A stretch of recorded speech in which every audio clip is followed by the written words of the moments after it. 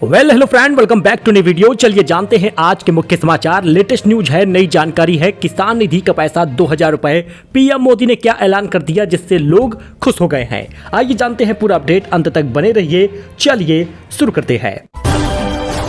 बात करें पहले खबर की, तो खांसी की 4 दवाओं पर लग गया है प्रतिबंध, पीने से जा सकती है जान। अगर आप दोस्तों खांसी की दवा इन दिनों खरीदने वाले हैं तो सावधान रहिएगा। यूपी हो, उत्तराखंड हो या हरियाणा सरकार हो या तमिलनाडु हो, हर जगह पर अलर्ट है। हरियाणा सरकार ने खांसी की 4 दवाओं पर प्रतिबंध लगा दिया है क्योंकि उसमें डाइएथिलीन ग्लाइकॉल जैसे खतरनाक रसायन पाया गया है जो बच्चों के लिए जानलेवा हो सकता है। और प्रतिबंधित दवाओं पर रेस्पिफ्रेश टीआर और रिलाइफ और कोल्ड ड्रिप सिरप भी है। डेक्स्ट्रोमेथॉर्फन सिरप भी शामिल है। सभी दवाओं के सैंपल परीक्षण के लिए भेजे गए हैं। ऐसे में इन दिनों अगर आप ये खांसी की दवा ले रहे हो तो सावधान रहें। अच्छा, इसके साथ यूपी सरकार ने किया बड़ा ऐलान, अब मिलेगा 2 फ्री गैस सिलेंडर। अगर आप अक्टूबर महीने में दिवाली के तोहफे के रूप में गैस सिलेंडर लेना चाहते हैं, घर में महिला है तो उसको एक फ्री गैस सिलेंडर मिलेगा। उज्ज्वला के लाभार्थियों को 2 निःशुल्क गैस सिलेंडर दिया जाता है। 2025-26 में 2 बार निःशुल्क एलपीजी सिलेंडर रिफिल मिलेगा। पहले चरण में अक्टूबर से दिसंबर और दूसरे चरण में जनवरी से मार्च में ये लाभ दिया जाएगा। प्रधानमंत्री उज्ज्वला योजना के लाभार्थियों को 2025-26 में तैनात 2 निःशुल्क एलपीजी सिलेंडर के लिए सरकार ने ऐलान कर दिया है और साथ ही लाभार्थियों को सामान्य प्रक्रिया के रूप में गैस बुकिंग पर सिलेंडर का मूल्य अदा करना होगा, लेकिन उसके बाद सब्सिडी की धनराशि गैस कंपनी द्वारा सीधे उनके बैंक खातों में हस्तांतरित कर दी जाएगी। विभाग द्वारा जनपद की सभी गैस एजेंसियों को निर्देशित किया गया है कि वे अपने स्तर पर लाभार्थियों को सूचित करें। अधिक से अधिक पात्र परिवारों को इस योजना का लाभ दिलाया जाए। उज्ज्वला योजना में लाभार्थियों को 2 बार निःशुल्क रिफिल सिलेंडर मिलेगा। यूपी सरकार के सीएम योगी ने ऐलान किया है, लाभार्थी का बैंक खाता आधार से लिंक होना लेकिन जरूरी है। तो इस जिले में 19,000 लाभार्थियों की रुक गई है प्रधानमंत्री किसान सम्मान निधि। अगर आप भी पाते थे इस जिले के हैं तो सावधान रहिए, क्योंकि बिजनौर में जिले में करीब 19,000 किसानों को प्रधानमंत्री किसान सम्मान निधि से बाहर कर दिया गया है। कृषि विभाग के अधिकारियों इन किसानों का सत्यापन कर रहे ताकि त्रुटियों को ठीक किया जा सके। किसान सम्मान निधि में 20वीं किस्त मिल चुकी है। इसमें कई कारणों से पहले और वर्तमान लाभार्थी एक ही भूमि पर लाभ प्राप्त कर रहे थे। इनकम्प्लीट डॉक्यूमेंट और भूमि विरासत के अतिरिक्त प्राप्त हुआ है। नाबालिग लाभार्थियों के चलते 19,000 लाभार्थियों को किसान निधि होल्ड कर दी गई है। 21वीं किस्त अब इनको नहीं मिलेगी। बताया जा रहा है 15 अक्टूबर तक किसान धारकों को किसान निधि मिल जाएगी। 18 तारीख से धनतेरस शुरू है, त्योहार का तोहफा मिलेगा।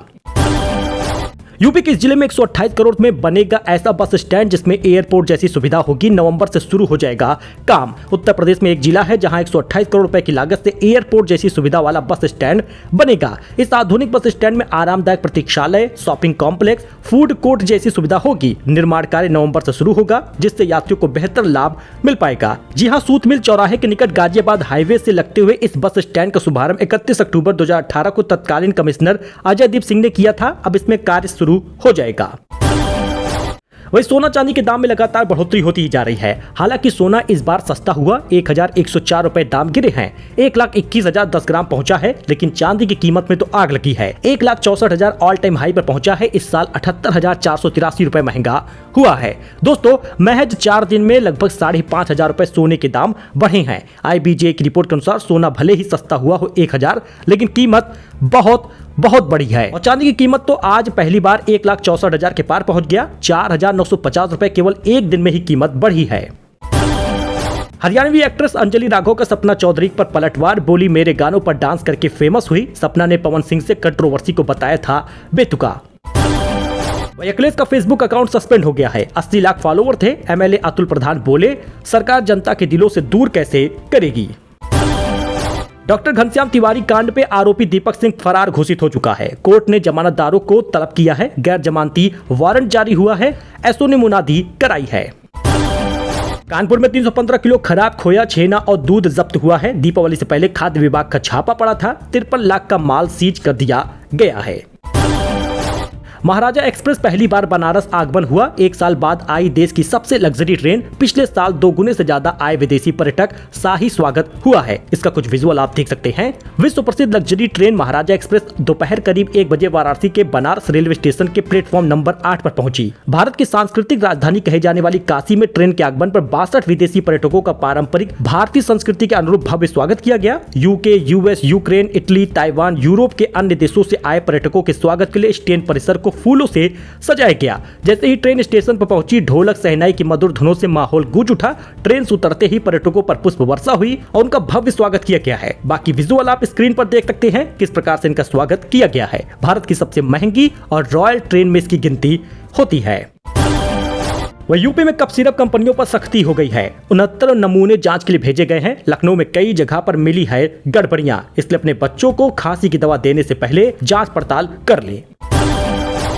लखनऊ में 44 लाख से ज्यादा का मिलावटी सामान जब्त हुआ है। दिवाली से पहले FSDA एक्टिव हुआ है। 3 दिनों में 275 जगहों पर रेड डाली गई है। 337 सैंपल कलेक्ट किए गए हैं।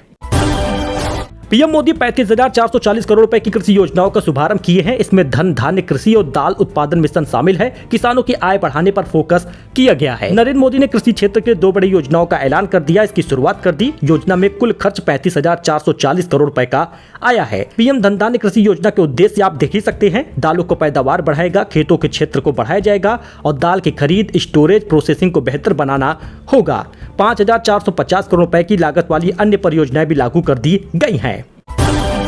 वही काबुल में पाकिस्तान की एयर स्ट्राइक हुई है। टीटीपी चीफ को मारने का दावा है। तालिबान बोला, पाकिस्तान हमें उकसाओ मत वरना अमेरिका से हालत पूछ लो।